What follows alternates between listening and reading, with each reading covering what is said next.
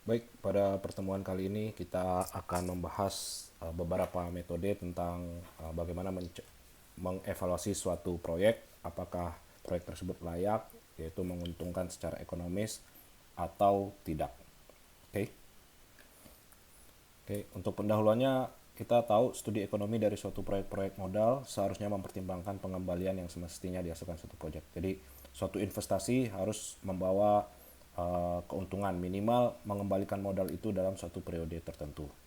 Oke, kalau sebelumnya kita bisa mengevaluasi suatu proyek yang didasarkan pada nilai bersih ya atau net value dari arus kas pada waktu sekarang ya. Jadi kita hitung present value dari pendapatan, kita hitung present value dari pengeluaran, lalu kita jumlahkan. Jika hasilnya positif, maka kita katakan investasi tersebut menguntungkan.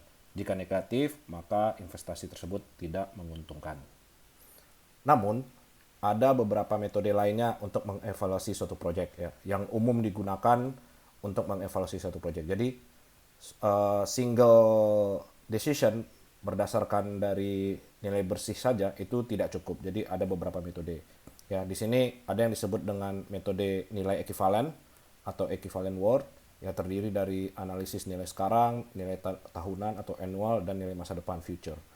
Kemudian ada metode dengan tingkat pengembalian. Jadi kita menghitung rate of return-nya dia. Jadi ada tingkat pengembalian internal, internal rate of return, ada tingkat pengembalian eksternal, external rate of return. Yang ketiga yaitu adalah lama pengembalian atau payback period. Yang sangat umum digunakan dalam menganalisis suatu kelayakan suatu project itu ada tiga yang sangat umum. Yang pertama itu dengan metode analisis nilai sekarang, ya, kemudian dengan metode tingkat pengembalian internal, internal rate of return, dan payback period. Analisis nilai sekarang ini sudah kita lakukan ya pada studi kasus sebelumnya. Jadi kita hitung nilai present value-nya, kemudian kita lihat apakah dia positif atau negatif. Dan kali ini kita akan lihat dua metode lainnya, yaitu tentang pengembalian internal dan payback period.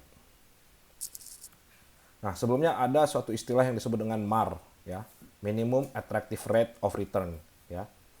MAR adalah suatu tingkat pengembalian dalam persentase yang diinginkan atau ditentukan oleh suatu organisasi yang melakukan investasi.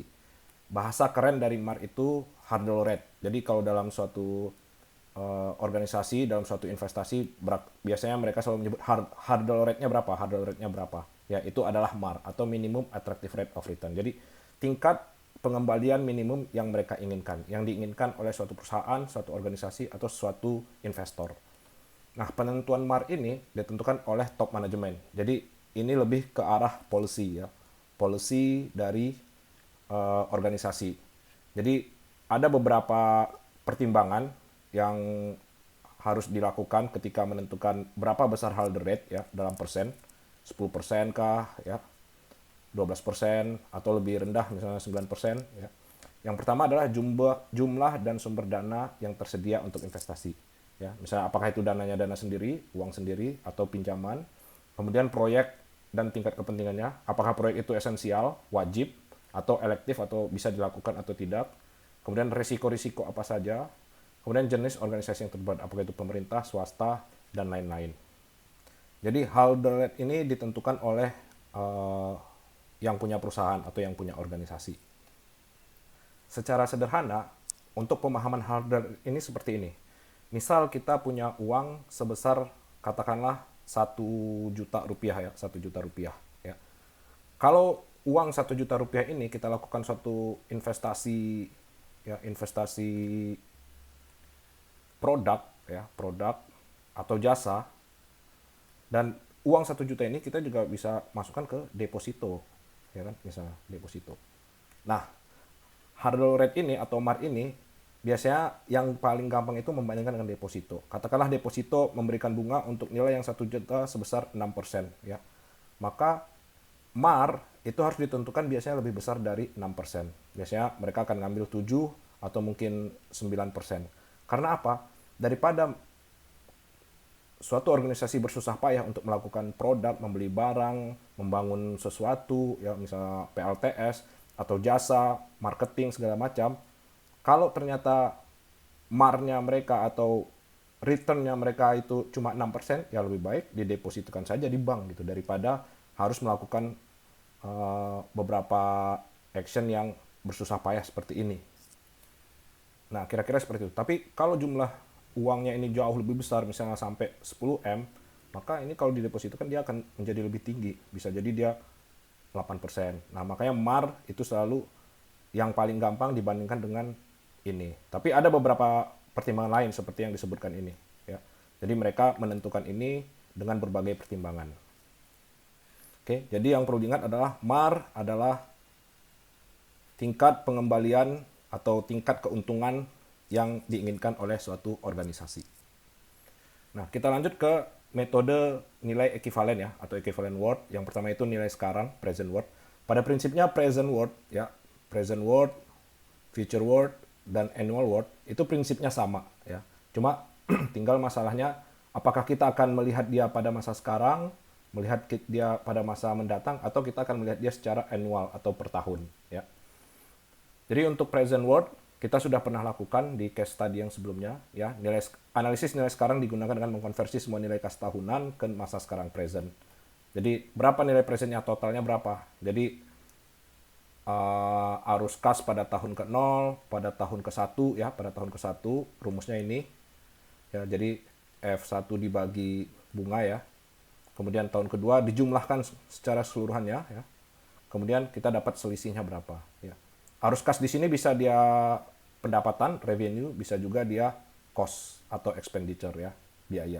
Jadi semua total arus kasnya kita hitung dan kita lihat selisihnya berapa pada tingkat suku bunga yang ditentukan. Misalnya suku bunganya sekian persen, kita hitung berapa.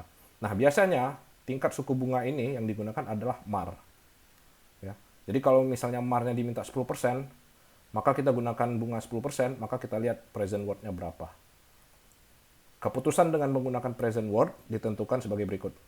Jadi ketika hitung present worth, ketika bunga sama dengan MAR, ya, kalau misalnya bunga 10%, kita hitung present worth-nya 10%. Kalau nilainya lebih besar dari 0, atau sama dengan 0, artinya dia positif, maka proyek tersebut menguntungkan secara ekonomis. Artinya nilainya positif. Nilai present worth atau selisihnya itu positif. Present worth juga sering disebut nilai bersih masa sekarang, ya. Net Present Value atau NPV. Jadi diingat lagi, tadi kita ada hurdle rate ya, istilah-istilah yang umum digunakan. Kemudian kita ada juga istilah NPV. Kemudian ada analisis masa depan ya, future worth. Ini sama prinsipnya, hanya kita menghitung dia pada future ya, hanya rumusnya yang berbeda. Kita lihat dia selisihnya berapa. Maka keputusannya itu adalah ketika future worth-nya lebih besar dari 0, maka dia menguntungkan secara ekonomis. Tapi ini sangat jarang digunakan. Ya, yang selanjutnya adalah annual worth ya. Sama saja. Jadi kita menghitung dia secara annual, berapa nilai annualnya. Jadi kita menghitung revenue-nya, biayanya per tahun berapa, kemudian ada yang namanya capital recovery. Capital recovery ini apa? Adalah jumlah investasi dikurang jumlah sisa modal di akhir tahun atau di akhir periode. Jadi kalau misalnya nilai proyek kita di akhir periode tidak ada, ya berarti dia sama nol. Jadi capital recovery-nya cuma investment-nya aja. Berapa investasi yang kita keluarkan di awal tahun. Sama nilai annual worth itu ketika lebih besar dari nol atau positif, maka proyek menguntungkan secara ekonomis. Jadi prinsipnya present worth, future worth, dan annual worth ini sama, hanya masalah titik waktu perhitungannya saja. Apakah masa sekarang, masa akhir periode, atau setiap tahun. Ya. Dan kita lebih sering menggunakan present worth.